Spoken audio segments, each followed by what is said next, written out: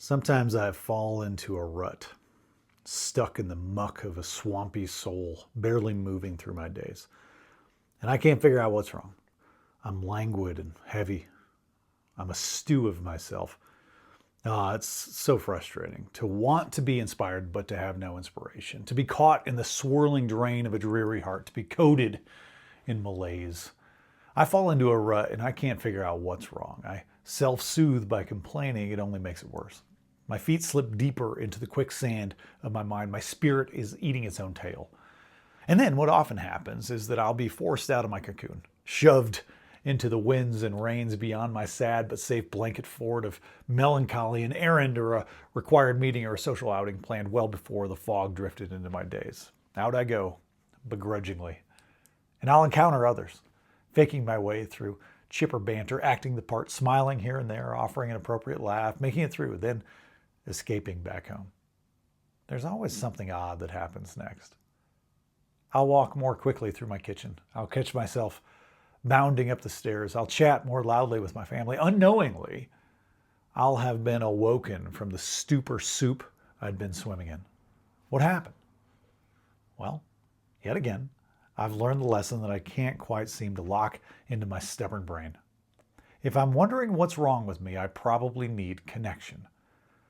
There's a quote that is attributed to Shantideva, an 8th century Indian Buddhist monk. It goes like this.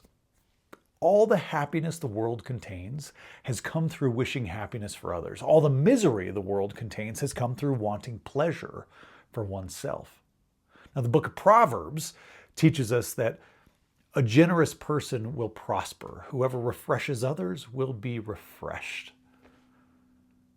We humans are so predictable. We are social animals. We are fueled by loving each other. We are continuously self-perpetuating care machines. When we go out in the world and love, we feel loved. When we go out in the world and connect, we feel connected.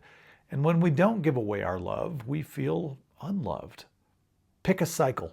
It will continue. Perhaps this is like Newton's 5th or 6th law of human nature or something. I don't know. A person who loves will feel loved, while a person who doesn't won't. If you're wondering what's wrong with you, you probably need connection. Here's a short prayer. Loving God, point our feet out the door and our hearts toward each other. Send us into the world to love and set us on a perpetually continual and exponentially expanding path of sharing your divine light with others. Amen. Hey, Between is about you. Take this message out into your life this week and fill the space between you and every person you encounter with God's sacred love and light. My favorite church is the space between people. Now go with God's love and create the church between.